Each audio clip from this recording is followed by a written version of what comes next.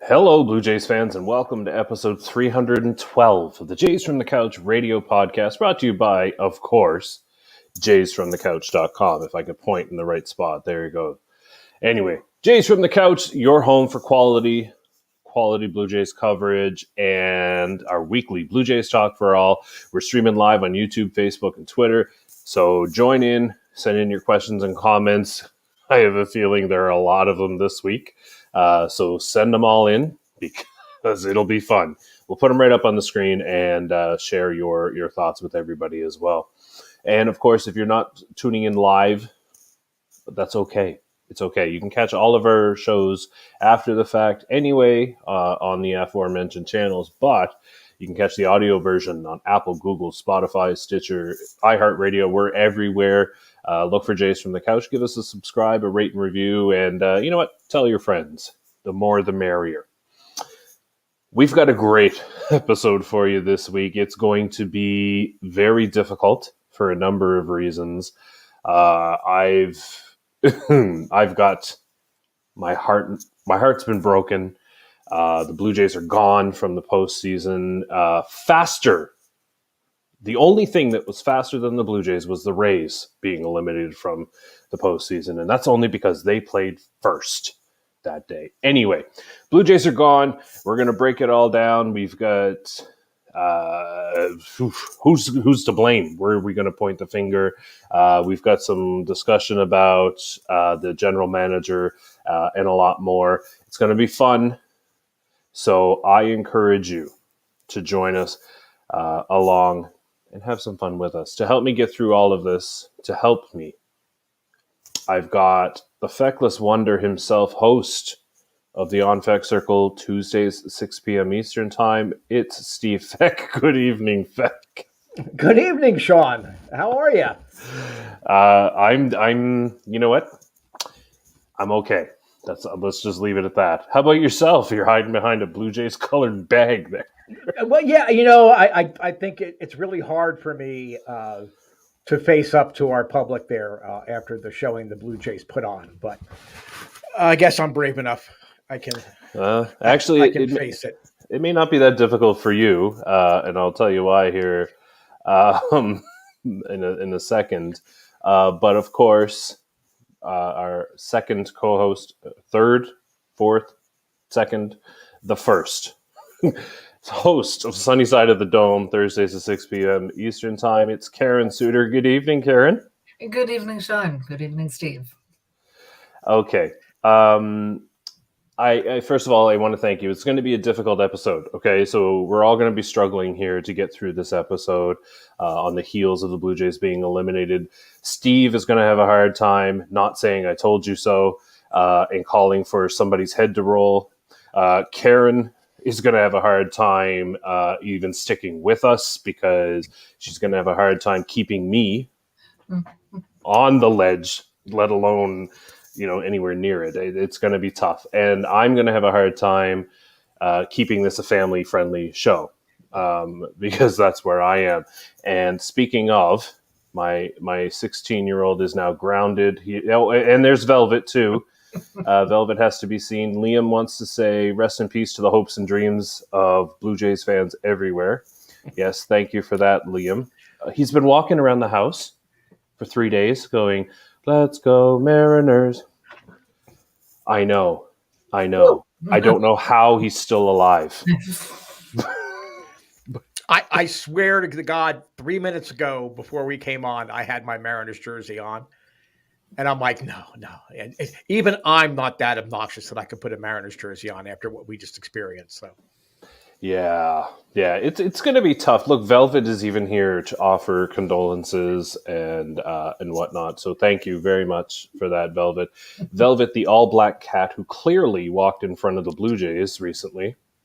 It's okay, Velvet, because we're looking to blame anyone and everyone.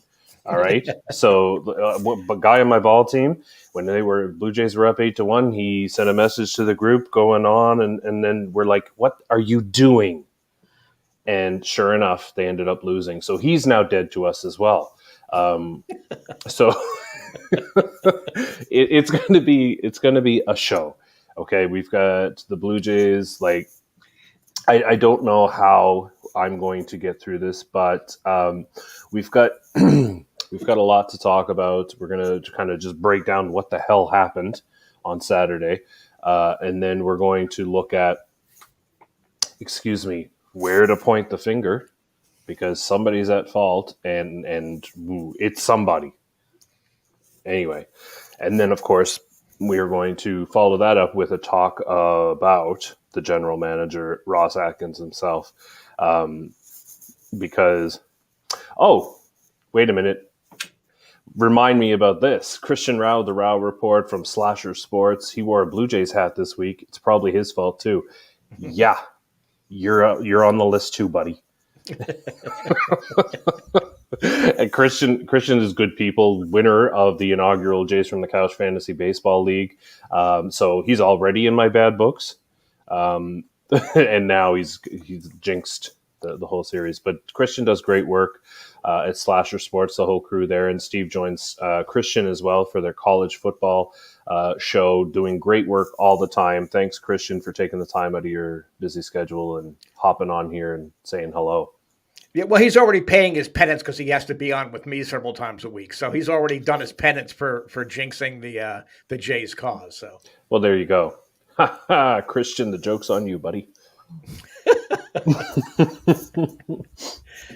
Anyway, so let's get to, in one word, I asked each of you to, in one word, sum up your thoughts and your opinions of what happened in the aftermath of the wild card series. So how do we feel? And I don't want to go first, but I feel like I should. I've already been talking for a while, but I feel like I should, because I think your guys has more thought involved here. I think you both of you put more thought into this and are trying to kind of glean something out of it, whereas I'm still emotionally reacting. And to say I'm disappointed, it doesn't sound quite succinct enough. It doesn't sound like it's the right word, because really I'm pretty pissed. And I'm angry and I'm all of it. But you know how, when your parent looks at you and says, I'm not angry, I'm disappointed. It's so much worse. And I feel like that's where the Blue Jays are right now. I'm parent disappointed in them, because I expected so much more, because they were capable of so much more. And it goes from the bench players, from Bradley Zimmer all the way up to Mark Shapiro himself. I'm disappointed in all of them. And it was very gut-wrenching for me to watch all of that. And I'm disappointed because I feel like they owe their fans more than what we got. They owe it to their fans. And you'll hear me over the next probably few months talk about how they can pay it back. But they've got to go for a World Series. It's World Series or bust at this point. Even incremental improvement next season, maybe winning a game in the postseason, that would be an improvement. But that's not enough for me. I'm out for blood, and I want it all. And I feel like they owe it to us, because we have been on the edge of our seats all season, trusting in the plan and trusting the moves that they made and all of this stuff, saying, okay, it wasn't a big splash, but it was a smart move. It was a good, plugging holes kind of thing. And I fell for it, and I feel dirty because I fell for the lines that they were throwing in the water. But I'm done. The disappointment is I'm done. I want it all now. So that's my little rant, and it is more of a rant, and I know that. But you know what? I've spent months, and Steve, like you and I have had conversations, and where I've been like, okay, I see your point. However, let's just let this play out, and they know what they're doing, kind of thing. And now I'm like, what was I thinking? You feel like, anyway, I feel like an idiot. But again, that's all emotional, kind of reactionary on my part. And so I think first of all, what I'd like to do is I'll throw it to both of you, just kind of quickly going around. And Steve, we'll start with you. Your kind of initial reaction in the aftermath. How do you feel? Like, you told me the word to put on there was lessons, and I would love to hear the why behind that. Well, in essence, I don't want to say I told you so. It was the same thing last year. You said, don't you dare say I told you so.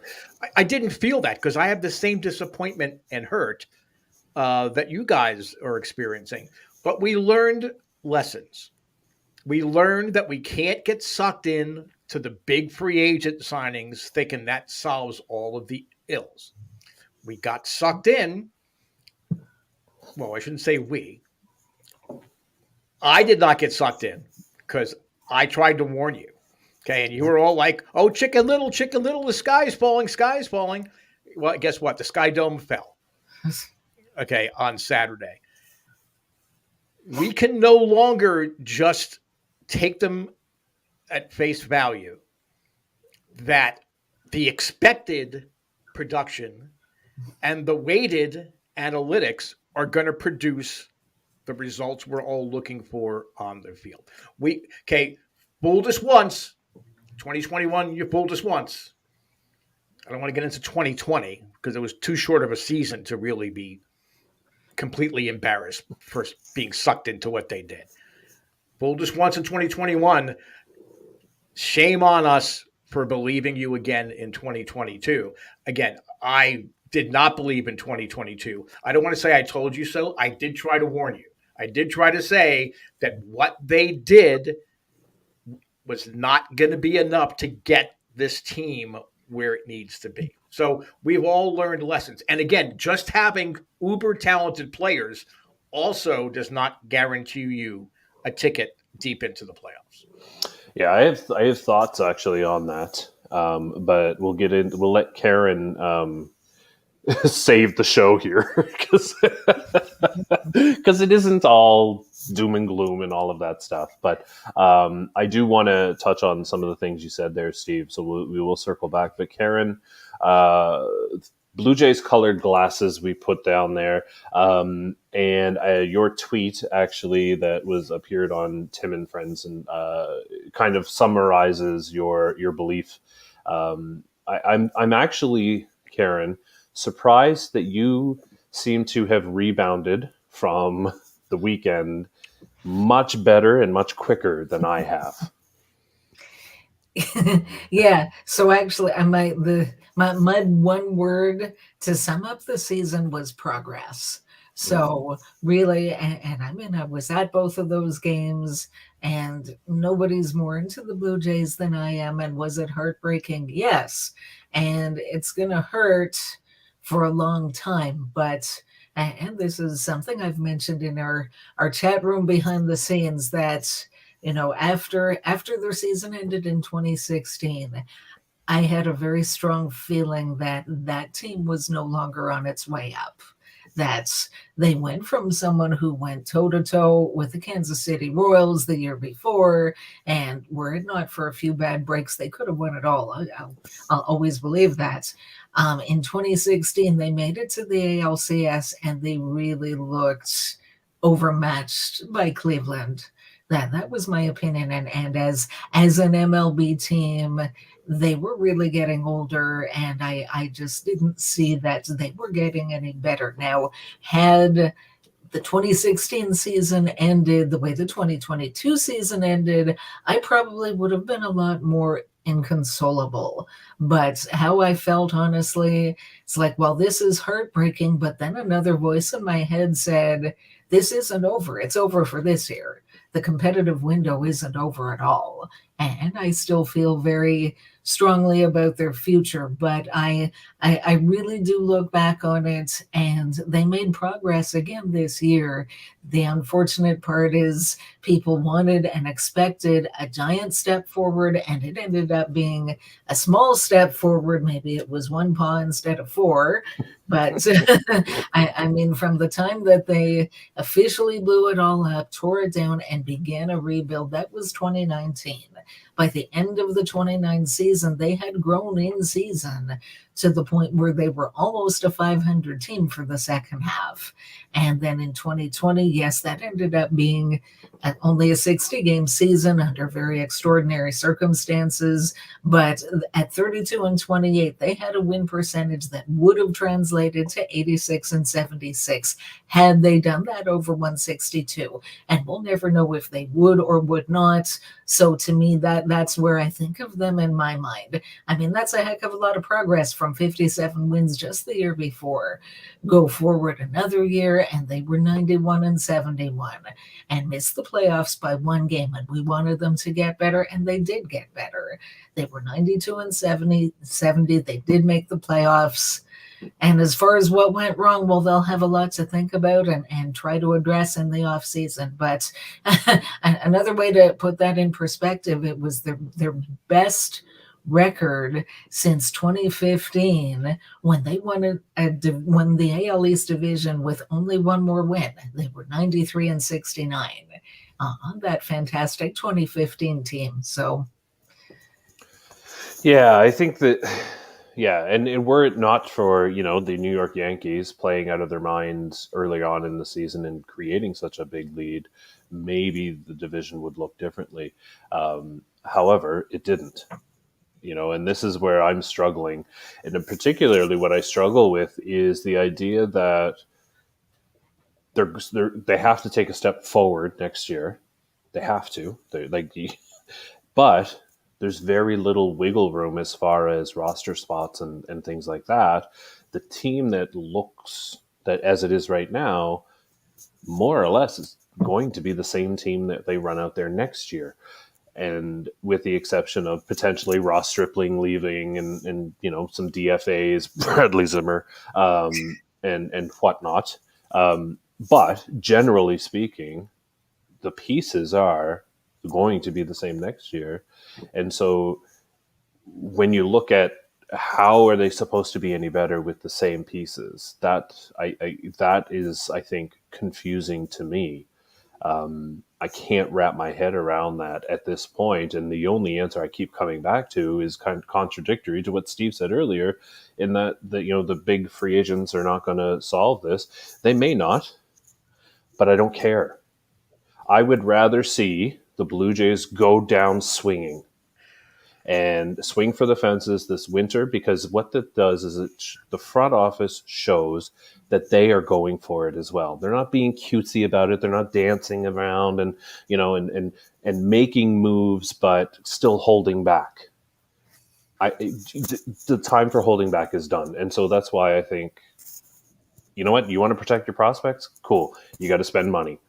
Move if you have to. Bring in Trevor Story, and Bo Bichette can go to second. I don't really care. Francisco Lindor, trade for him. Bo can go to second. I don't really care what it is. I'm just throwing hypotheticals out there, but I don't care what it is. I want this front office to swing for the fences every single day now.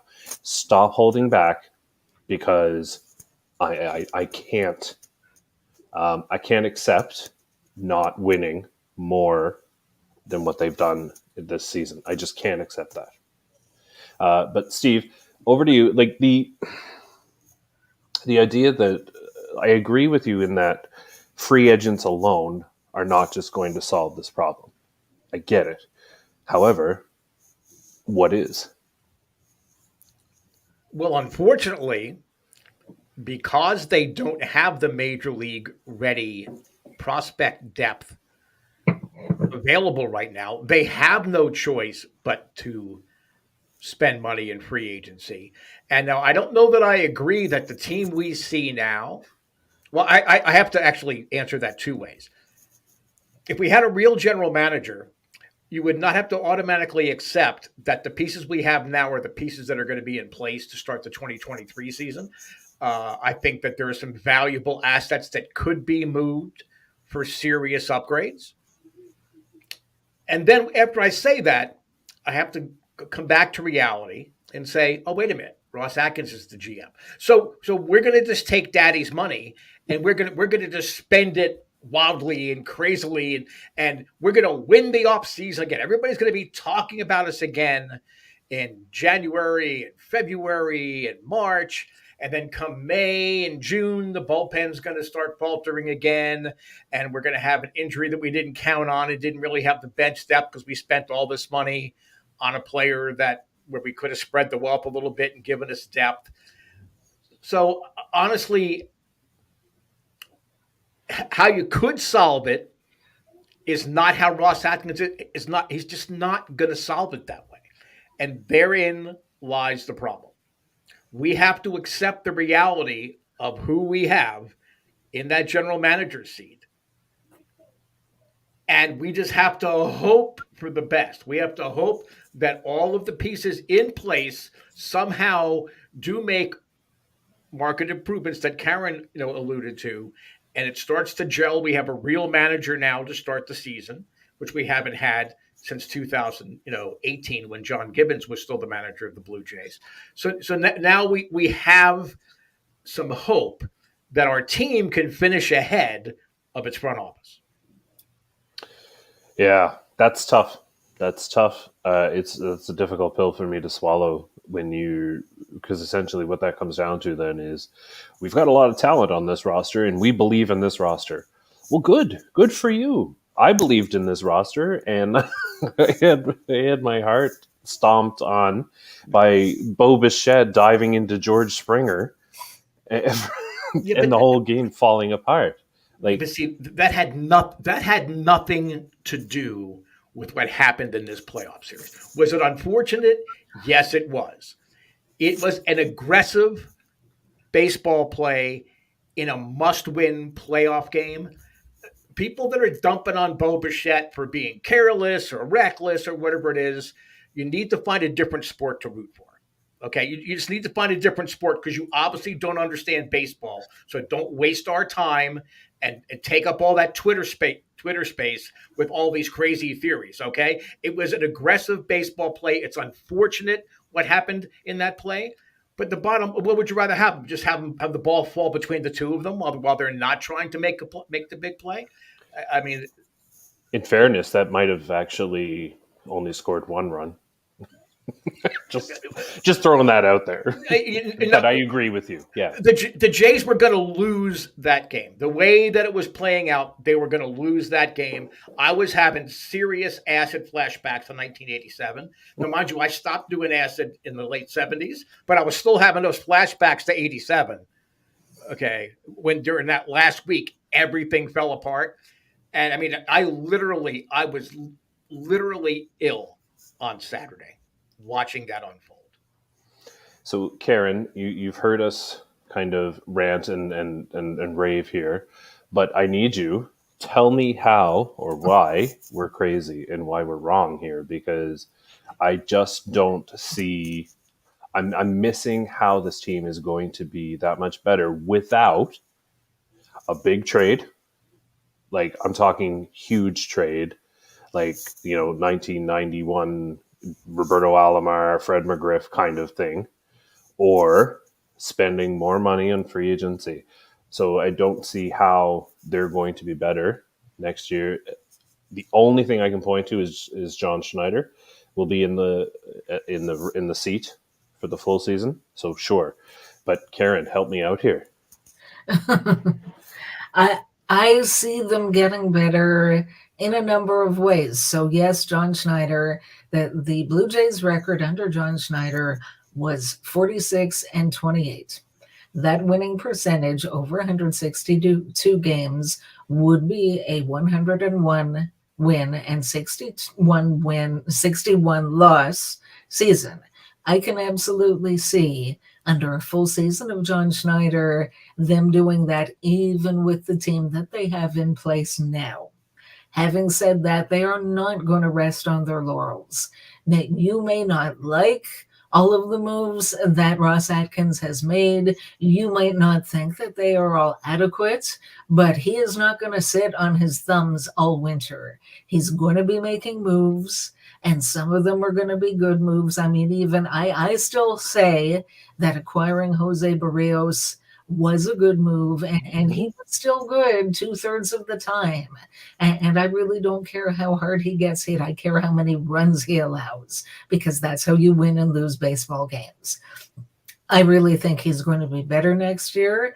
Yusei Kikuchi, and I think we've all talked about it, maybe his best role is to stay in the bullpen. If he could be an Andrew Miller 2.0, then we will have gotten something out of the rest of his contract, because toward the end of this season, he seemed to have found his stride in the bullpen, and apparently he made some comment that I've learned to just take it one pitch at a time rather than thinking 5 pitches ahead. And I mean, we all kind of knew that this guy's got a good arm, but what is the key to unlocking success for him? I mean, if that's all it was, well, unfortunate that 2021 was a lost season for him. But I still think we could have an asset there. I think Guerrero, I think his norm is more what it was in 2021 than 2022. I think he's going to go back up to being MVP caliber. And I mean, there's acquisitions. They're going to do something with the rotation. They're going to do something with the bullpen. I mean, there's free agents. There's trades that they can make. They've done both of these things over the last couple of years when they were trying to win. And then there's guys that they could bring up. Nate Pearson is playing in the Dominican League. Who knows if there's still something to be salvaged there. There's Zulueta, who tops out at 100. And I mean, there's all kinds of possibilities. Free agents, trades, internal improvements, having John Schneider at the helm for a full season. 2023 is going to be better for the Blue Jays than 2022 was. And they made the playoffs this year, but they're going to keep moving forward. Okay, so that statement, please tell me that you don't just mean like incrementally, fractionally better. Like we're not talking. You don't mean like they might win a playoff game, or I'm being serious. I just want to make clarify here that like you mean a deep playoff run. Mm-hmm. Okay. I mean, well, you look at championship teams, and a lot of them have failed before they have succeeded. I mean, the Boston Red Sox, who last won in 2018, they had a couple of years where they made the playoffs, and then I think they got swept in the first round both years. And the one thing that they were missing since David Ortiz retired was a big middle of the order back. And they went out and got JD Martinez, and with the team they already had in place, that was the missing piece, and they won it all. Mm-hmm. And there is no reason why the Blue Jays cannot do something similar. Right. And I don't... Well, there is a reason, but... Hey, we'll get into that. Steve, what else is new? Yeah. And they will. There was a tweet, I think it was Matt Germain, who's been on this podcast before, talking about the Rays. He the other day he tweeted a list of all of the seasons that the Dodgers have had and how many times they failed in the postseason. And they are, and that's, I wrote today in one of the things that we have up at JFromTheCouch.com about how, let's emulate the Dodgers. Let's just spend everything on everyone. And yet it has also resulted. And I think that, there's a bit of a reality check that I need. I know that certainly. And I think that's a stark one. That just because a team goes and they pull off all of these crazy, crazy moves doesn't necessarily mean that they are going to win it all, right? However, the difference that I see is that the Dodgers are swinging for the fences every single time, and that's the difference for me, anyway. But we should move on here to our. Let's talk about the blame game, shall we? Let's play the blame game. Before we do that, there's Dulcimeris is watching on YouTube, and he's got a couple of comments here that I think are worth the kind of fit in here. He's still confused about the bullpen move to pitch to Carlos Santana, splitzer against righties and against lefties. There's a difference. He's obviously better against lefties, and so on and so on. Points to the manager making some questionable pitching changes. I love how up until Saturday, John Schneider was the man. There was nothing he could do wrong. He walked on water, and then Saturday happened, and now it's like 5 different things people are pointing to. Go ahead, Karen. Yeah, so these are just things that I've picked up here and there by watching analysts on the highlights and so forth, that they were thinking that. So firstly, Kevin Gausman was up to 95 pitches, and with Santana coming up, he had hit a double in his last at bat against Gausman that I think it was a couple of inches away from being a home run. So I can understand them being skeptical about wanting to let Gausman face him a third time. And then looking after Tim Meza, I think the next 2 batters were left-handed hitters. So yes, you could have brought me, because nowadays you've also got to worry about that 3 batter minimum, which I really don't like, but it's a rule. So if you're bringing in Tim Meza, you can wait 1 more batter, but then he's got to face the top of the lineup. He's got to face Julio Rodriguez. So they rolled the dice with him against Santana, thinking that if they could get through that, then there's the next 2 lefties. and unfortunately, it backfired. Yeah. We don't know if Kevin Gausman would have had any better luck against Santana than Meza did. We will never know. Nope, that's true. People are out there speculating, and we don't know. Nope, and you're right. We won't know because it didn't happen. And Dulcimeris, another comment here, pointing to the hitting coach staff. They'd love to see the hitting coach staff revamped by adding a guy with an old school approach to balance out the analytics-heavy staff. Someone like a Chili Davis or a Larry Walker. Oh, man. Can you imagine Larry Walker as a hitting coach? Please. Dulcimeris has the idea right there. That's the highlight of our podcast. We can just stop talking and go home because this guy, we're all home. But anyway, that's an excellent idea. Larry Walker, come on down. Steve, you're shaking your head. What is it? You really think that a Chili Davis or a Larry Walker is going to sign on with the Blue Jays, given the front office's input and overemphasis on what computer reports spit out? Will never happen. I will sprout antlers and dance naked on a podcast before Larry Walker or Chili Davis would agree to sign on with the Blue Jays, given the current front office. Well, it is no longer a good idea. Thanks a lot for that, Steve. That's a great idea. Thank you. Yeah. But so we've got John Schneider, we've got the hitting coaches, but who's to blame here? Steve, I'm going to start with you because you asked that I put an ostrich on the screen there for you, and I did that. In one word, who is to blame? You said Ross.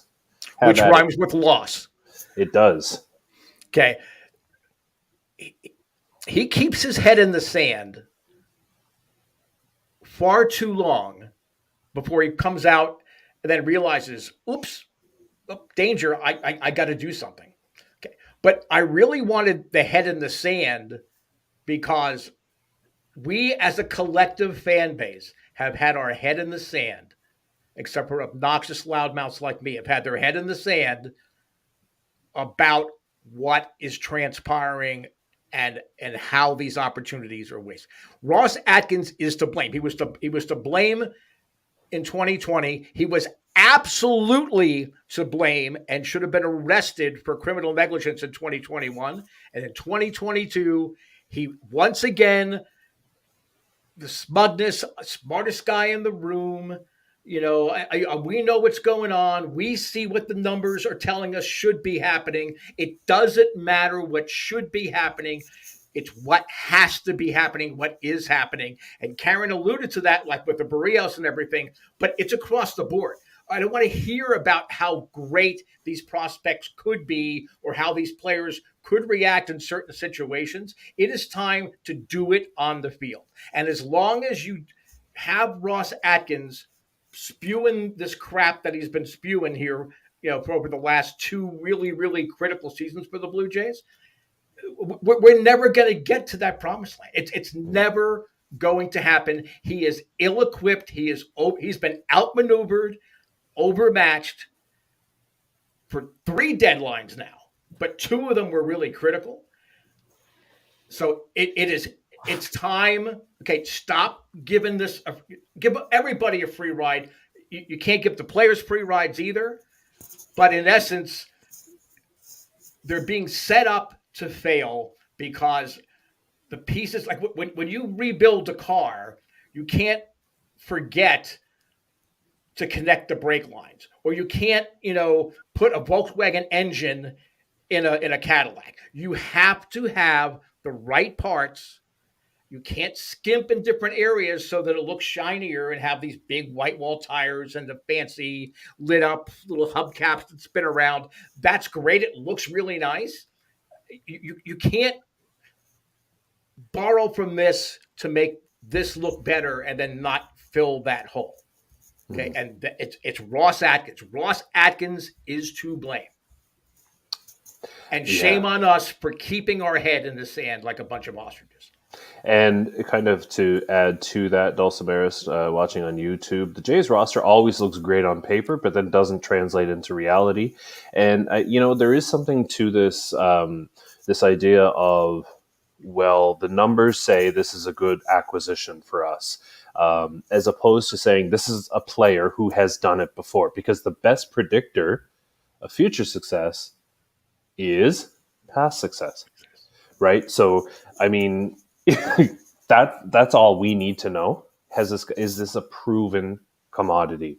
And that, I think, very few moves that Ross Atkins have made have featured proven commodities. And Matt is also watching on YouTube, interested to listen to Atkins try to justify his continual failures in his end of season press conference tomorrow. Yeah, I mean, I would love to hear how he gets around all of that. But anyway, it's going to be like watching the Charlie Brown cartoon. Like when Charlie Brown's in class and the teacher's like, wah wah wah wah wah wah wah wah wah. That's what it's going to be. We're going to be getting a lot of wah wah wah wah wah wah. Well, I mean, yeah, I don't expect anything different. So for mine, who's to blame, and Karen, I'm going to save yours for the end, because quite often, speaking of doing it before, we've come to rely on your logic and calm to kind of bring us down, because it has happened time and time again. So that's why I'm going to save yours for the end, and I'm going to focus mine. I've got the front office / the fans are to blame, and this is it's a big question for me, because there's a lot that does go into it. So the front office, this whole just get in, just make it to the playoffs and anything can happen thing, that to me, I saw the logic of it before, but the problem is that philosophy actually bit them in the ass this year, because anything can happen, and it did happen for the Mariners. And so when you're just kind of, let's just get there and whatever happens, happens, you don't go to a party and just say, yeah, well, I won't bring anything, because we'll just see what happens when we get there. Anything can happen. You never know. Party at Doyle's house. Oh, well, anything can happen. Okay. No, nothing. Not anything can happen at this house. I promise you that. Regardless, that's the first thing. This front office, let's just get there and whatever. The fans, like I say, we're to blame, because we bought into the hype, right? We expected a parade. And obviously, in hindsight being 2020, obviously we should not have been expecting that. However, it's not really reasonable to enter a season with the expectations that we had for this team. They were sky high, higher than they've been in a long time, and I don't know that that's necessarily fair. And the media can take some responsibility there too for pumping up this team and all of that stuff. But I think we believed far more than we should have, and that I'll own that. This is just my opinion. Some idiot's going to tell me that I'm an idiot and that the fans can't be to blame, and that's fine, whatever. But I don't think we had reasonable expectations entering the season, and we didn't have them when the team was doing up and down and up and down, and it looked miserable. Starting in Seattle, I'll throw in there, by the way.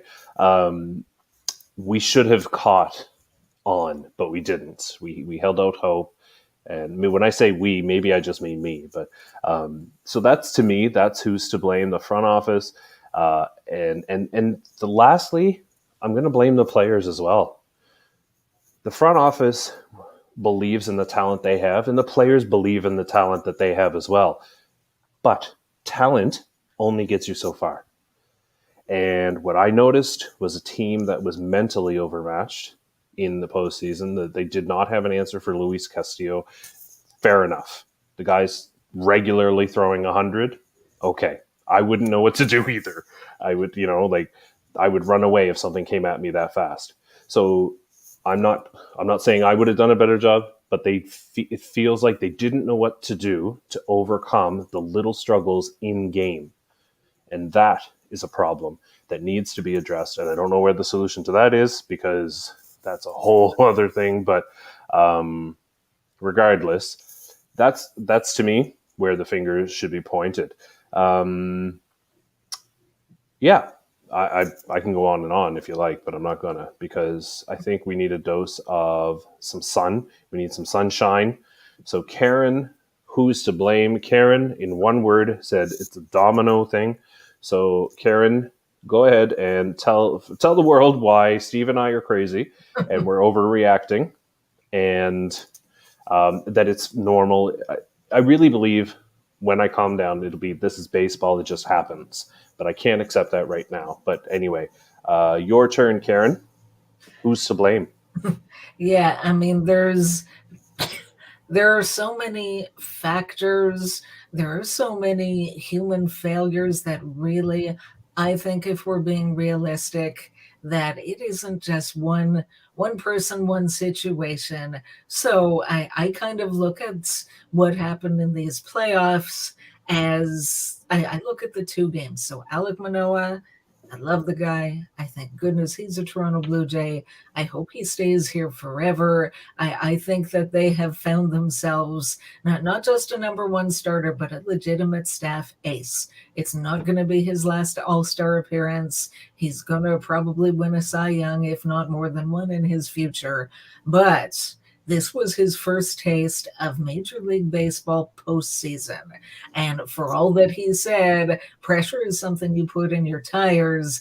He had not been down this road yet. Now, I'm not going to pretend that I'm inside his head. I shouldn't come out here and proclaim that he was nervous, because I don't know that.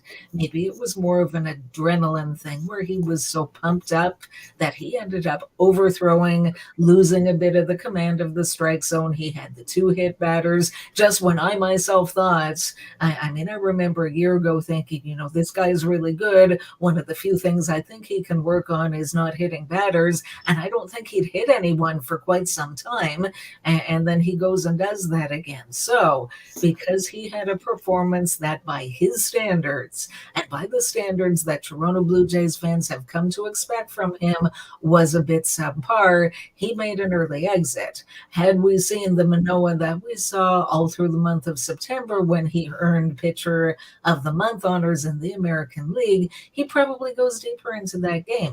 And then they don't have to go through 5 relief pitchers in game 1. Well, guess what? In game 1, those 5 relief pitchers were flawless. They didn't allow any runs. Game 2 was a different story. So if you have even a couple more of those guys fresh, maybe they win Game 2 because maybe you had some leverage arms that were sharper at this point, but you didn't. It's not a failing on Alec Manoa, but again, people who know more than I do, and believe me, I have a lot more to say. I'm not putting it all on his shoulders, but people who, they may be good MLB players, but if you haven't experienced the postseason and the intensity of it, the way a lot of those guys hadn't, and I jumped all over Matt Chapman's comments after Game 1 when he said that, well, a lot of these guys are experiencing the MLB playoffs for the first time. I'm like, no, they're not, because he seems to have forgotten about 2020. The reality is 2020 happened in empty stadiums, and it's not the same as the energy, as the crowd yelling when there's something to yell about when you're in the postseason. So, I mean, that's part of the domino effect there. And even I would say that the position players on the whole, even from Game 1 to Game 2, they maybe made a little bit of an adjustment, because 0 runs in Game 1 and 9 of them in Game 2. Yes, it wasn't Luis Castillo, it was Robbie Ray and company, but still, I think the experience that they gained even after one game helped them to a point. But there's so many different factors. I really think that they should have used Jackie Bradley Jr. to come in for defense rather than Raimel Tapia, who had a ball bounce out of his glove. I mean, the team had an 8-1 lead. And to me, I think that if you've got that big of a lead, I don't care that it's the 6th inning, prioritize your defense, prioritize run prevention. And I think if they had made that one change, if I had a time machine and I could change one thing that happened on Saturday, I wouldn't not bring in Tim Meza. I would have brought in Bradley instead of Tapia to take over in left field. And I think we're talking about a win if they could have done that. But I mean, there's so many things. The Blue Jays never really had a 5th starter all year. And because of that, the bullpen was really overworked. There were so many bullpen days, and there were a lot of good arms down there. And I think by the end of the season that they were burnt out. So by that game number 2, there probably wasn't all that much in the tank. I mean, if any of Hyun-Jin Ryu, Yusei Kikuchi, or Mitch White had managed to become even a serviceable 5th starter for them for the majority of the season, that, again, we might have been talking about a different outcome here. But it didn't happen. I think it's going to be different in 2023. I think they're going to go out and continue to add and augment where it's needed. But I mean, myself, I don't know if Ross Atkins is at fault. Maybe he is. But for me to be on this podcast and say with any certainty that I know that he's at fault, I would need to know what moves he tried to make, didn't try to make. Like he could have put out so many offers, free agent offers, trade offers that were really, really good. If those offers were rejected by the other side, then it wasn't his fault. If he didn't try to make better moves, then that is his fault. I don't have that information. And I'm not going to sit here and pretend that I do. So I've got his name in the conversation as a maybe, but really, I don't know. Well, at best, I think. You know what? I'm going to come out and say I do know, because the general managers that executed trades, they obviously made better trade offers.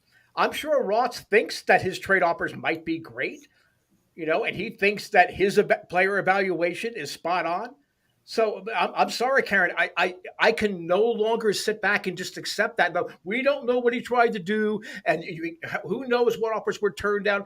If they were good baseball moves, they would have been executed and accepted. Period. Dipoto did it. Dombrowski did it. Every year, the Rays somehow trick a team into giving up too much. It happens all the time, and we keep sitting back and saying, well, Ross, I'm sure Ross tried, and I'm sure Ross did this. I'm sorry. That is no longer an acceptable excuse. It is just plain out not. It's an excuse. It is not an explanation as to why things that got done.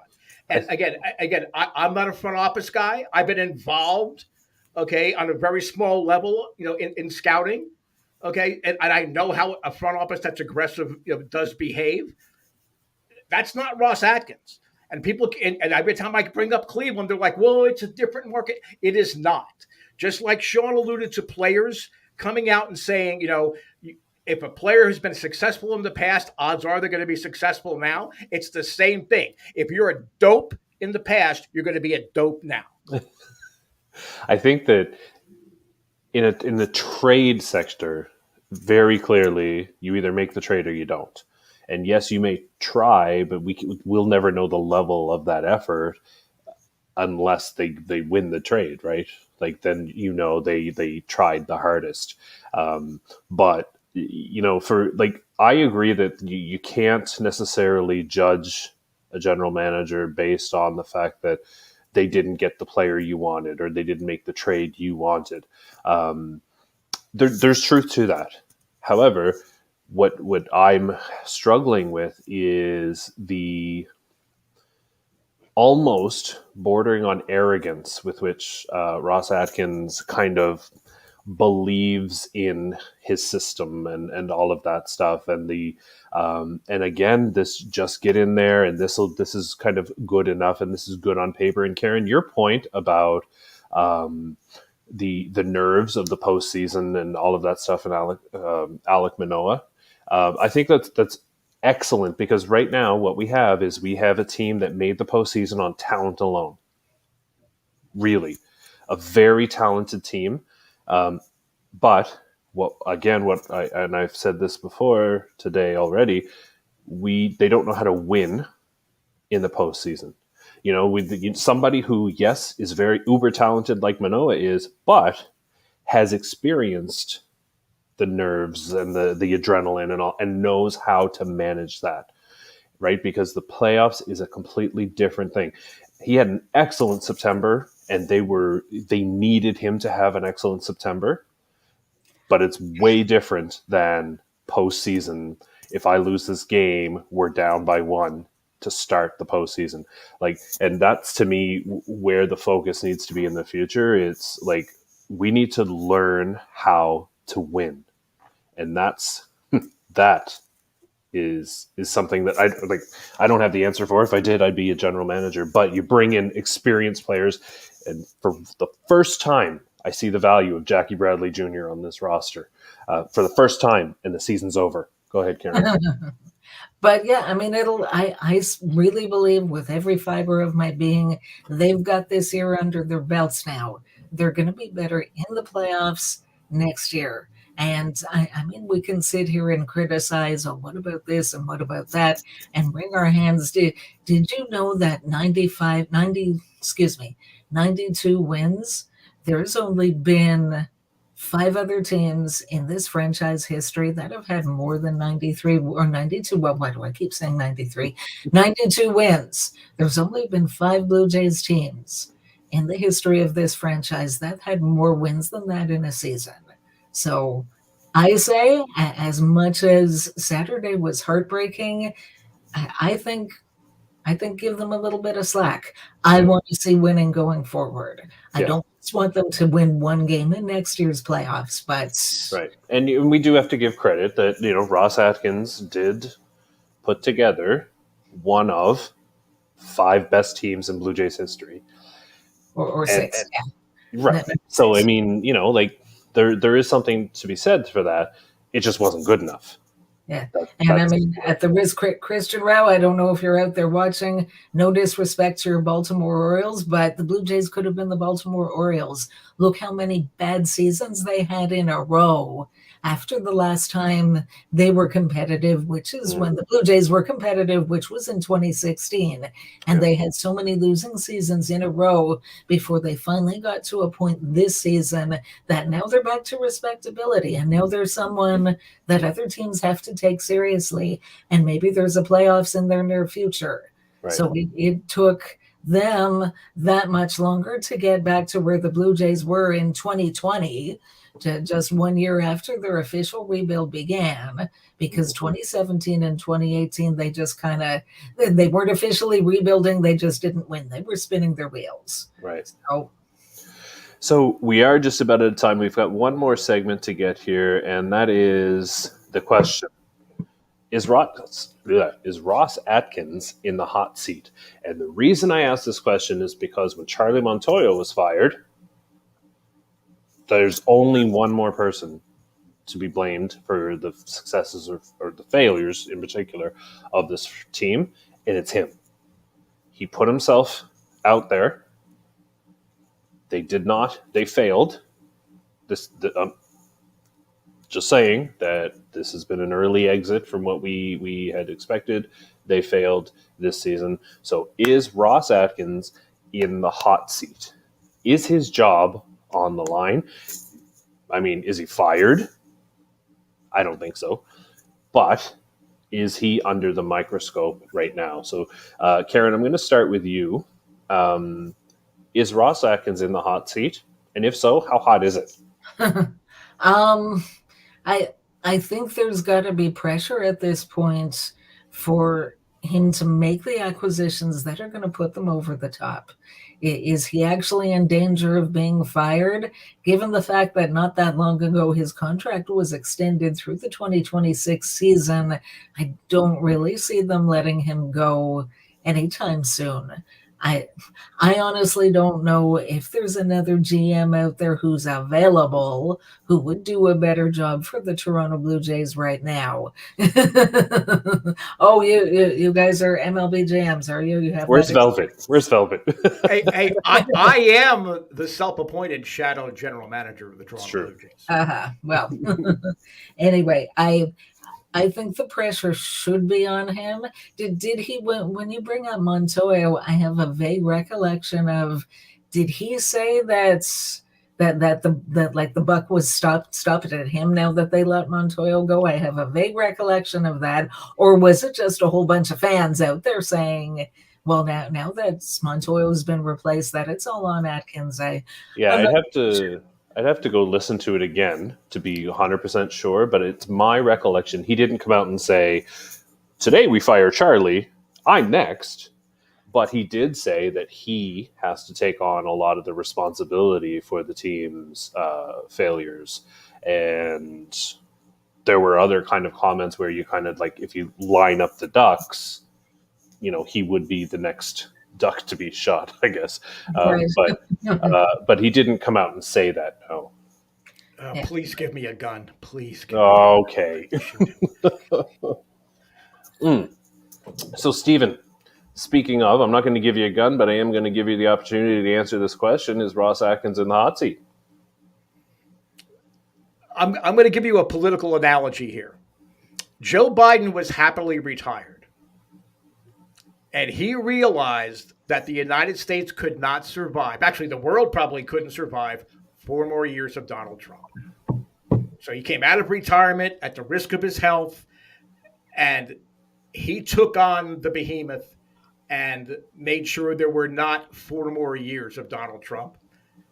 If I had to do it alone, I'm going to make sure there are not 4 more years of Ross Atkins. This organization cannot survive 2 more years of Ross Atkins, let alone 1 more. But I'll give it 1 more. But sorry, he should be gone. And when he was saying, "Well, the buck really ultimately stops with me," the smugness and the smirk on his face, he couldn't have been more insincere if it was scripted out for him. Okay, but it was scripted out.